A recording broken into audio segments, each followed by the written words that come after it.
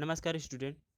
हम शोध प्रविधि के सेकंड इकाई वैज्ञानिक शोध पद्धति को अध्ययन करेंगे,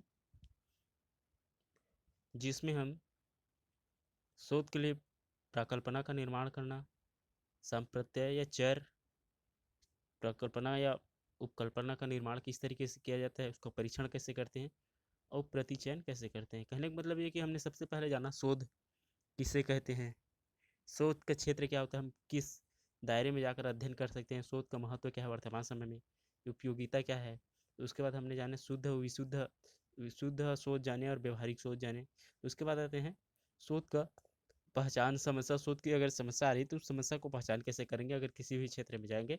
उसके बाद हम शोध का स्वरूप कैसे तैयार करेंगे, अगर कहीं पर अगर अध्ययन करने जाते हैं नए नए ज्ञान प्राप्त करने के लिए, तो हम उससे पहले रूपरेखा किस तरीके से तैयार करेंगे उसके बारे में जाने। अब आते हैं उसके बाद इकाई 2 में है वैज्ञानिक शोध पद्धति। हम कैसे कहीं पर अध्ययन करने जाते हैं तो शोध शोध को वैज्ञानिक दृष्टिकोण से अपने जो उद्देश्य है उसे वैज्ञानिक दृष्टिकोण से कैसे अपना सकते हैं। तो वैज्ञानिक पद्धति का अर्थ परिभाषा विशेषता को समझने के बाद वैज्ञानिक अनुसंधान के प्रमुख चरणों की जानकारी प्राप्त कर लेना। तो सबसे पहले हम क्या कर लेते हैं, वैज्ञानिक जो अनुसंधान है वो क्या है उसको जान लेते हैं। वैज्ञानिक अनुसंधान या वैज्ञानिक शोध पद्धति क्या है। विज्ञान एक पद्धति है और एक तरीका है जिसकी सहायता से सामाजिक अनुसंधान में प्राप्त विशिष्ट ज्ञान को व्यवस्थित किया जाता है। संक्षेप में व्यवस्थित तरीके को ही वैज्ञानिक पद्धति के नाम से जाना जाता है। इस प्रकार से वैज्ञानिक पद्धति तथ्यों का अवलोकन, वर्गीकरण और उसका निर्वचन, सामाजिक तत्वों को जानकारी प्राप्त करना, चाहे वो जिस विधि में अपनाया जाए हो, मौलिक शर्त प्राप्त आंकड़ों का सत्यापन करता हो और वैज्ञानिक पद्धति के माध्यम से जो तथ्य प्राप्त होते हैं वो निष्पक्ष और यथार्थ होता है तथा इसके सत्यापन की जांच भी कर सकती है। और जहाँ पर क्या होता है, किसी भी विषय में प्राप्त ज्ञान को अगर परीक्षण या सत्यापन की जांच किया जा सकता है उस ज्ञान को क्या कहा जाता है, वैज्ञानिक पद्धति कहा जाता है। यह संक्षेप में और अगर देखें तो कार्ल पियर्सन ने वैज्ञानिक पद्धति के महत्व का है विवेचना करते उन्होंने बताने की कोशिश की है कि सत्य की ओर कोई संक्षिप्त मार्ग नहीं है। ब्रह्मांड का ज्ञान प्राप्त करने के लिए कोई वैज्ञानिक पद्धति के अतिरिक्त कोई और मार्ग नहीं है। इसी प्रकार से वैज्ञानिक पद्धति को दो शब्दों से मिलकर बना हुआ है, वैज्ञानिक और पद्धति। इसका अलग अलग अगर व्याख्या करें तो वैज्ञानिक शब्द विज्ञान से बना हुआ है और विज्ञान का अर्थ होता है विशेष ज्ञान। वैज्ञानिक का अर्थ है विज्ञान से संबंधित या इस प्रकार की बातें जो ज्ञान से संबंधित और विज्ञान पर आश्रित और वैज्ञानिक कहलाती हैं। पद्धति की कुछ विशेषताएं बताई गई हैं। सरल शब्दों में पद्धति का अर्थ है किसी कार्य को संपादित कराने का तरीका या विधियों से लगाया जाता है। दूसरा इसमें उसकी विशेषता ये बताई गई है कि इसमें कार्य प्रणाली का महत्व होता है, अर्थात कार्य प्रणाली को व्यवहार में लाया जाता है।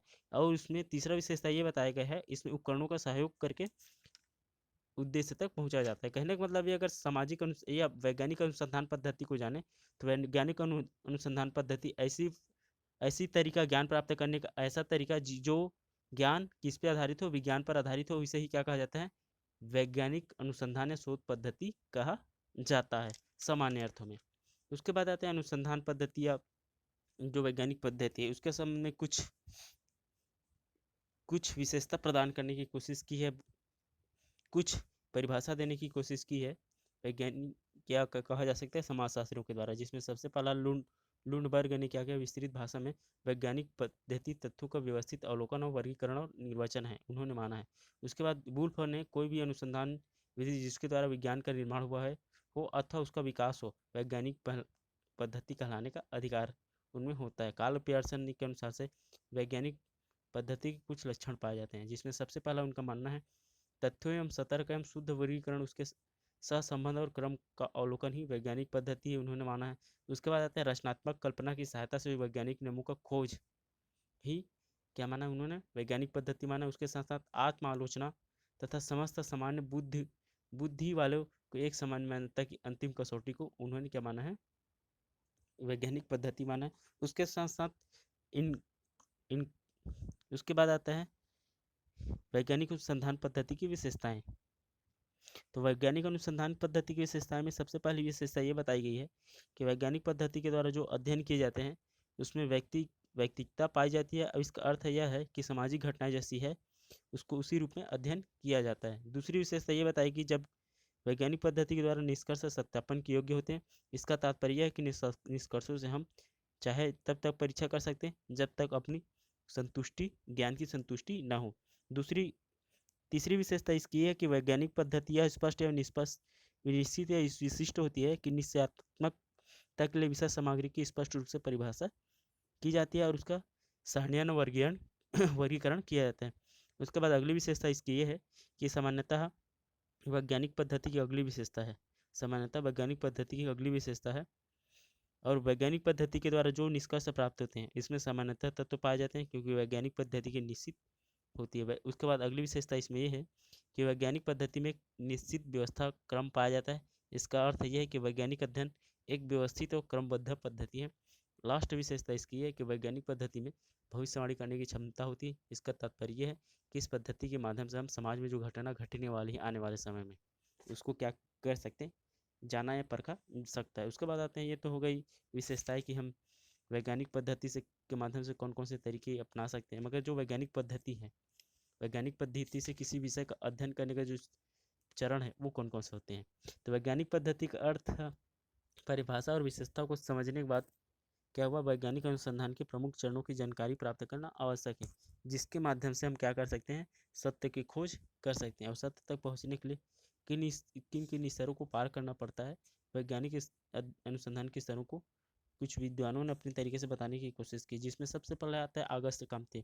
अगस्त काम्ते ने क्या किया है, वैज्ञानिक पद्धति के माध्यम से किसी भी अनुसंधानकर्ता को अपने उद्देश्य को प्राप्त करने के लिए उन्होंने कुछ 5 प्रकार के पांच चरण बताए हैं, जिसके आधार पर कोई भी व्यक्ति क्या कर सकता है, अपने उद्देश्य तक पहुंच सकता है। जिसमें सबसे पहला आता है विषय का चुनाव करना। सबसे का विषय का चुनाव करना, आप किन विषयों पर अध्ययन करना चाहते हैं उसका सबसे पहले चुनाव करना। चुने विषयों का प्रत्यक्ष अवलोकन करना तथा तथ्यों को संग्रहित करना। दूसरा, संग्रहित तथ्यों का वर्गीकरण करना। उसके साथ साथ तथ्यों की जांच करना और बाद में क्या करना, अध्ययन के आधार पर सामान्य नियमों का प्रतिपादन करना। ये उनका 5 ऐसे स्तर है जिसके आधार पर कोई भी अध्ययन करता क्या कर सकता है, अपने उद्देश्य को या नए ज्ञान प्राप्त कर सकते हैं या नई जानकारी प्राप्त कर सकते हैं। उसी के साथ साथ पी यंग ने भी क्या किया है, शोध के कुछ स्तर बताने की कोशिश की, जिसमें एक अनुसंधान करता या शोधकर्ता क्या कर सकता है, अपने उद्देश्यों को प्राप्त कर सकता है। जिसमें सबसे पहला आता है कार्यात्मक परिकल्पना का निर्माण करना। उसके साथ साथ सामंकों का अवलोकन, संग्रहण एवं लेखन करना, श्रेणियों भागों में संग्रहित तथ्यों का वर्गीकरण करना और वैज्ञानिक सामान्यीकरण एवं नियमों का निर्माण करना। ये उन पी बी यंग ने बताने की कोशिश की। उसके बाद आते हैं लुंडबर्ग ने भी क्या किया है, वैज्ञानिक अध्ययन के कुछ स्तर बताने की कोशिश की, जिसमें सबसे पहला आता है कार्यकारी परिकल्पना का निर्माण करना, समंकों का उल्लेख एवं लेखन करना, संग्रहित तथ्यों का वर्गीकरण एवं संगठन करना और सामान्यीकरण करना भी क्या माना जाता है उसके माध्यम से। इसके आधार पर क्या किया जा सकता है, इस प्रकार से परिकल्पना वैज्ञानिक अध्ययन का वह चरण है जो सामान्यीकरण के आधार पर चलता है, जिसकी परीक्षा बाद में की जाती है। तो कहने का मतलब है कि हमने क्या किया है, विभिन्न जो विचार विद्वान है उसके द्वारा बताए गए वैज्ञानिक पद्धतियों के स्तरों का अगर विश्लेषण किया तो इन विश्लेषणों में ध्यान देते हैं कि वैज्ञानिक पद्धति के अगर स्तर को देखें तो इसमें कुछ इस तरीके से बनता है। तो सबसे पहले क्या है, परिकल्पना का निर्माण। परिकल्पना को निर्माण करना वैज्ञानिक पद्धति का सबसे पहला चरण माना जाता है। परिकल्पना का निर्माण करना कहने का मतलब ये कि हम जिन विषयों पर अध्ययन करना चाहते हैं या जिन विषयों पर अध्ययन करने के लिए हम तैयार हैं, उस विषय के बारे में हम क्या करना, पहले हमारे मन में धारणा का निर्माण करना या पहले से उसके बारे में सोचना कि हम आने वाले समय में हम उस विषय में किस तरीके से काम करेंगे, कैसे उसको काम करेंगे और कैसे पूरा करेंगे। तो इस प्रकार से क्या करना, परिकल्पना कहने का मतलब ये हाइपोथेसिस। हाइपोथेसिस कहने का मतलब है उस विषय के बारे में पहले से हमारे मन में उसकी क्या करना, रचना कर लेना या उसको कार्य को कैसे करना है। इसको क्या कहते हैं, परिकल्पना का निर्माण करना, कि हम आने वाले समय में किस तरीके से कार्यों को पूरा करेंगे, इसके बारे में पहले से सोच समझ लेना, इसे परिकल्पना कहा जाता है। इसे सबसे पहला चरण माना जाता है वैज्ञानिक पद्धति में अनुसंधान के। दूसरा आता है यंत्रों का चुनाव। यंत्रों का चुनाव कहने का मतलब ये कि हमेशा ये जरूरी होता है, अगर हम किसी भी कार्य को करने जा रहे हैं तो बिना साधन के या बिना कोई वस्तु के या बिना यंत्र के हम क्या नहीं कर सकते, अपने उद्देश्यों को पूरा नहीं कर सकते। जैसे कि हम पेपर में जा रहे हैं तो पेपर में जाने से पहले हमें क्या चाहिए, अगर कैलकुलेटर की आवश्यकता है तो कैलकुलेटर चाहिए, पेन की आवश्यकता है, स्केल की आवश्यकता है तो स्केल चाहिए, घड़ी की आवश्यकता है, घड़ी चाहिए। हम इन सभी चीज़ों के बिना क्या नहीं कर सकते, हम पेपर नहीं लिख सकते। उसी प्रकार क्या है, क्या करना पड़ता है, हमें अनुसंधान करने से पहले हमें यंत्रों का चुनाव करना पड़ता है। और जब हम क्या करते हैं, किसी भी वस्तु के क्या करते उपकल्पना के बाद हम निश्चित हो जाते हैं कि हमें किसी भी क्षेत्र में जाने के बाद ये काम करना है, तो उसके बाद दूसरा काम हमारा आता है, सबसे महत्वपूर्ण काम आता है कि हम उस कल्पना को पूरा करने के लिए क्या करें, यंत्रों का चुनाव करें, जिसके माध्यम से हम क्या करें, अपने उद्देश्यों को प्राप्त कर सकते हैं। जैसे कि ये यंत्र इसमें माने जाते हैं, प्रश्नावली, अनुसूची है, टेली प्रिंटर है, टाइप राइटर है। इन सभी चीज़ों के माध्यम से क्या करें, हम पूरा अपने कार्य उद्देश्यों को पूरा कर सकते हैं। अब उसके बाद आता है हमने क्या किया, पूर्व में कल्पना कर ली कि हमने किसी जगह पर जाने के बाद या हम उस विषय के संबंधित किन किन चीज़ों के बारे में क्या कल्पना, हमने क्या क्या करेंगे आने वाले समय, उसके बारे में हमने क्या कल्पना कर ली। उसके बाद हमने यंत्र का अवलोकन, हम यंत्र का क्या क्या चुनाव कर लिया कि हम इन वस्तुओं के आधार पर क्या करेंगे, अपने उद्देश्यों को प्राप्त करने का काम करेंगे। उसके बाद आते हैं अवलोकन। अवलोकन का अर्थ यह है देखना, अवलोकन का अर्थ होता है देखना होता है। यहाँ वास्तविक में अनुसंधान प्रारंभ होता है। अनुसंधान का अध्ययन वस्तु का अवलोकन करना है। कहने का मतलब ये है, आप जिन वस्तुओं का अध्ययन करना चाहते हैं, आपने सबसे पहले क्या कर लिए, अपने परिकल्पना का निर्माण कर लिए, कल्पना कर ली मुझे क्या करना है, अपनी वस्तुओं का चुनाव भी कर लिए। मगर आपका महत्वपूर्ण काम यह बच जाता है कि आप जिन वस्तुओं को क्या करना चाहते हैं, अध्ययन करना चाहते हैं, जिन विषय पर अध्ययन करना चाहते हैं, उसे एकदम छोटे से छोटे या बारीक से बारीक चीज़ों को, एकदम सूक्ष्म सूक्ष्म चीज़ों को अवलोकन कर लेना चाहिए, देख लेना चाहिए कि आप किन विषयों पर अध्ययन कर रहे हैं। क्या इससे वास्तविक आपको ज्ञान प्राप्त हो सकता है या नहीं हो सकता, इसके संबंध में संपूर्ण जानकारी प्राप्त कर लेना चाहिए, तभी अपने उद्देश्य को प्राप्त कर सकते हैं। उसके बाद आता है सत्यापन। आपने जो अवलोकन किया कि वास्तविक में वो सही है या नहीं है। कई बार क्या होता है, आपने जो आंखों से देखा होते हैं, जो हम हमारे द्वारा आंखों द्वारा देखा गया वस्तु होता है, कई बार वो क्या हो जाता है, गलत साबित हो जाता है, गलत हो जाता है। जिससे क्या होता है, हम जो चीज़ें या जो उद्देश्य प्राप्त करना चाहते हैं, जिन ज्ञान को प्राप्त करना चाहते हैं, वो ज्ञान कभी भी प्राप्त नहीं हो पाता। तो इसलिए आपने जो अवलोकन किया है, आपने जो देखा है जिन वस्तु को अध्ययन करने के लिए, तो सबसे पहले क्या करना पड़ता है, उसको सत्यापित भी किया जाना चाहिए कि हम किस तरीके से उसे क्या किया जा सकता है, अध्ययन किया जा सकता है। तो माना जाता है कि सत्यापन की दो प्रकार से की जा सकती है। इसमें सबसे पहला आता है उसी प्रकार दोबारा अवलोकन या उसकी प्रकृति की अन्य समस्याओं का अवलोकन। दो प्रकार से किसी विषय को आपने देखे हैं जिसके संबंध में आप अध्ययन करना चाहते हैं, तो उसमें दो प्रकार से कर सकते हैं। यह अवलोकन मुख्यतः दो प्रकार से होते हैं। अवलोकन एक तो सहभागी होते हैं या असहभागी होते हैं। आप तो दोनों, एक तो वहाँ पर भाग ले सकते हैं या बाहर से कर सकते हैं। और उसी प्रकार से क्या कर सकते हैं, उस विषय को सत्यापन भी दो प्रकार से कर सकते हैं। पहला क्या कर सकते हैं, समस्या का दोबारा अवलोकन कर सकते हैं या उसकी प्रकृति की जो समस्या है, जहाँ से समस्या उत्पन्न हो रही है, उसे जान सकते हैं। उसके बाद आते हैं लिखना। सत्यापन की जांच हो जाने के बाद ठीक उसी प्रकार से क्या है, लिख लिया जाता है कि जिस प्रकार से उसने देखा है। लिखने में व्यक्तिगत रुचि को स्थान नहीं देना चाहिए, बल्कि क्या किया जाना चाहिए, ज़्यादा से ज़्यादा लोगों के साथ मिलकर, उसके साथ मिलजुल कर या अन्य लोगों से इंटरेक्ट करके क्या करना चाहिए, ज़्यादा से ज़्यादा लेखन कार्य किया जाना चाहिए। उसके साथ साथ जब आपने लेखन कार्य कर लिए हैं, लेखन कार्य करने के बाद क्या करना चाहिए, जिन वस्तु को आपने एकत्रित किया, जिन वस्तुओं को या जिन ज्ञानों को आपने एकत्रित किया, उसका वर्गीकरण करके अध्ययन करना चाहिए। क्योंकि हर वस्तु का, हर व्यक्ति की जो प्रकृति है वो अलग अलग हो सकती है। इसलिए क्या किया जाना चाहिए, जितने भी तथ्य आपने एकत्रित किए हैं, उन तथ्यों को क्या करके वर्गीकरण करके अध्ययन करना चाहिए। उसके साथ साथ आता है सामान्यीकरण आता है बात। तो यह अनुसंधान की अंतिम अवस्था की ओर इंगित करता है और इसे वैज्ञानिक वैज्ञानिक नियम भी कहा जाता है। अनुसंधान के अवलोकन, सत्यापन और वर्गीकरण से जो निष्कर्ष निकाले जाते हैं, उन आधार पर सामान्य नियमों का निर्माण कर लिया जाता है और इन नियमों को कसौटी पर कसा जाता है और इसके आधार पर भविष्यवाणी की जा सकती है। ये सिद्धांत प्रमाणिक होती है। उसके साथ साथ आते हैं जो वैज्ञानिक दृष्टिकोण है। अंत में जो अंत में जो चरण होते हैं, माना जा सकता है वैज्ञानिक स्तर, वो वैज्ञानिक दृष्टिकोण माने जाते हैं। वैज्ञानिक दृष्टिकोण विज्ञान का तरीका है। इसके अतिरिक्त विज्ञान की कुछ कसौटी होती है जिन पर विज्ञान के सत्यापन की जांच की जाती है। विज्ञान मंजिल है, वैज्ञानिक पद्धति इस मंजिल तक पहुंचने का रास्ता माना जाता है। मंजिल तक पहुंचने के लिए कुछ परिश्रम, धैर्य से काम लेना पड़ता है और जिन परिश्रम और लगन से निर्धारित रास्ते में मंजिल तक पहुंचा जाता है, वही वैज्ञानिक दृष्टिकोण माना जाता है। और वैज्ञानिक दृष्टिकोण के कुछ तत्व माने जाते हैं जिसके बिना कोई भी व्यक्ति अपने वैज्ञानिक दृष्टिकोण को अपना नहीं सकता। सबसे पहले क्या होना चाहिए, अगर कोई भी व्यक्ति अगर क्या करे, वैज्ञानिक दृष्टिकोण से नए ज्ञान प्राप्त करना चाहते हैं, तो सबसे पहले उसमें क्या होना जरूरी है, जिज्ञासा होना जरूरी है। जब तक किसी भी व्यक्ति में किसी विषय को जानने का जिज्ञासा नहीं होगा, तब तक वो क्या नहीं कर सकता, किसी भी विषय में अनुसंधान नहीं कर सकता। दूसरा दूसरा होना है कर्म विषय विषमता। कर्म विषमता कहने का मतलब ये कि अनुसंधान के दौरान जो तथ्य प्राप्त हुए हैं, उन्हें अपने दृष्टिकोण से न देखकर क्या किया जाए, अनुसंधान की गई वस्तु को उसी रूप में देखना चाहिए जिस विषय में उसे क्या किया जाता है, चुना जाता है या उसे स्वीकार किया जाता है।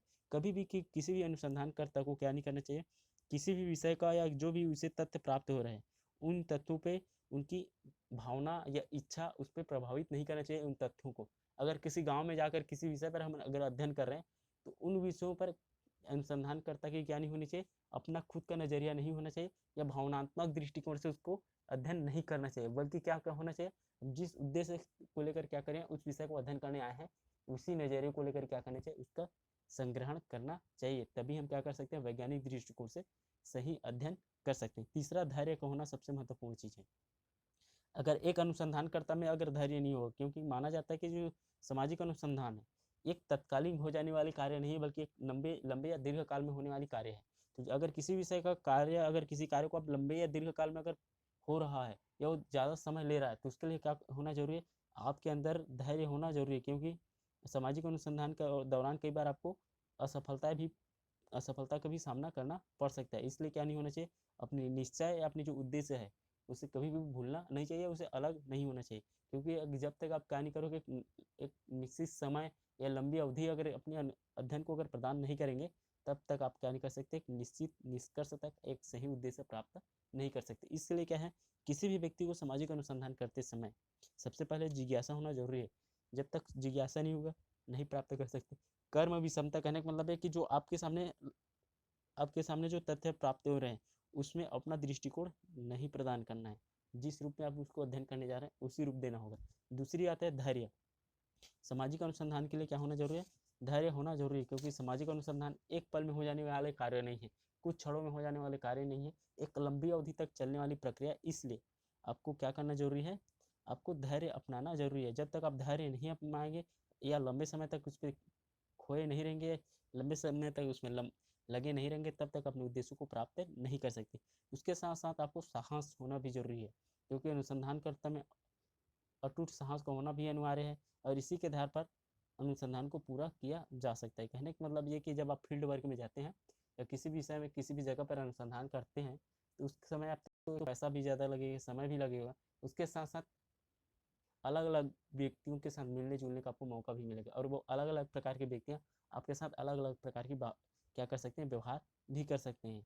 अगर उनके साथ आपने क्या किया, अपनी जो भावनाएं हैं उसको प्रदर्शित करने की कोशिश की तो आपकी जो अनुसंधान है वो पूरा नहीं हो सकता। कई बार आपको गलत प्रकार के लोगों से मिलना जुलना भी पड़ सकता है अनुसंधान के कारण। इसलिए हमेशा क्या होना चाहिए, एक अनुसंधानकर्ता में समय, पैसा और लोगों के जो आचार विचार है उसके संबंध में साहस होना जरूरी भी है। अगर आपके पास साहस नहीं है या लंबे समय तक उसको झेलने का, तो आप कभी भी क्या नहीं कर सकते, अपने जो उद्देश्य है उसे प्राप्त नहीं कर सकते हैं। उसके साथ साथ जो अगला तत्व है वैज्ञानिक पद्धति का, ये जो तत्व है जिसके आधार पर हम क्या करते हैं, वैज्ञानिक पद्धति के माध्यम से अपनी जो अनुसंधान उसे प्राप्त करने का काम करते हैं, वो है कठोर परिश्रम। अनुसंधानकर्ताओं के लिए कठोर परिश्रमी होना जरूरी है। इसका कारण यह है कि कोई भी अनुसंधान कार्य परिश्रम के अभाव में पूर्ण नहीं किया जा सकता। कहने का मतलब ये है कि जो वैज्ञानिक पद्धति है वो लंबी प्रक्रिया है, लंबे समय तक चलने वाली एक प्रक्रिया है। तो उसके लिए आपको क्या होना चाहिए, कठोर कठिन कठिन परिश्रम करने वाला व्यक्ति होना चाहिए। आप में अगर धैर्य शक्ति, साहस और कठोर परिश्रम करने वाला अगर व्यक्ति आप नहीं है तो आप कभी भी क्या नहीं कर सकते, उस विषय की जो निश्चित निष्कर्ष है जो आप प्राप्त करना चाहते हैं उसे प्राप्त नहीं कर पाएंगे। उसके बाद आता है लास्ट में जो वैज्ञानिक पद्धति के जो तत्व है वो रचनात्मक विचार शक्ति। तो प्रत्येक व्यक्ति में विचार शक्ति होती है और यह विचार शक्ति निर्माणक भी होती है और विध्वंसक भी होती है। तो अनुसंधान के लिए निर्माणक विचार शक्ति आवश्यक है, क्योंकि निर्माणक विचार शक्ति आधार पर ही अनुसंधान किया जा सकता है। कहने का मतलब ये है कि आवश्यक नहीं है कि आपने जो चीज़ें पहले से तय कर ली है उसी के आधार पर अनुसंधान किए, क्योंकि जो परिस्थिति है, जो समय है, मनुष्य का जो व्यवहार है वो क्या होता रहता है, लगातार बदलते रहता है। और आपने पहले से किसी विषय पर क्या कर ली है, अब किसी विषय पर मुझे इस काम को इस तरीके से करना है, पहले से आपने निश्चय कर लिया है। और जहाँ पर आप जा रहे हैं वहाँ की मौसम, स्थिति, परिस्थिति, लोगों का आचार विचार है, उसका जो स्वभाव लगातार परिवर्तित हो रहा है। तो कभी भी आपने पहले से निश्चित की हुई जो परिस्थितियाँ है, जो आपका रूपरेखा है, उसके आधार पर क्या नहीं कर सकते, अध्ययन नहीं कर सकते। क्योंकि लोगों जो स्वभाव है वो लगातार परिवर्तित होते रहते हैं और बदलता रहता है, जिस जो चर होता है, चलायमान होता है। इसीलिए क्या होना चाहिए, आपके मन आप में रचनात्मक विचार शक्ति भी होनी जरूरी है कि आप समय को या जो स्थिति है उसके हिसाब से, परिस्थिति के अनुसार से बदल सके। ये भी क्या है, आवश्यक है। वैज्ञानिक पद्धति को अध्ययन करने के लिए भी आवश्यकता पड़ती है। तो कहने का मतलब ये है कि एक वैज्ञानिक पद्धति को होने के लिए या वैज्ञानिक पद्धति को माध्यम से क्या करने के लिए, अपने उद्देश्य को पूरा पूरा करने के लिए क्या होना जरूरी है, लोगों में वैज्ञानिक तत्व का समाहित होना जरूरी। जब तक वैज्ञानिक तत्व समाहित नहीं होगा तब तक अपने उद्देश्य को पूरा नहीं कर सकते। ये तो हो गया वैज्ञानिक शोध पद्धति।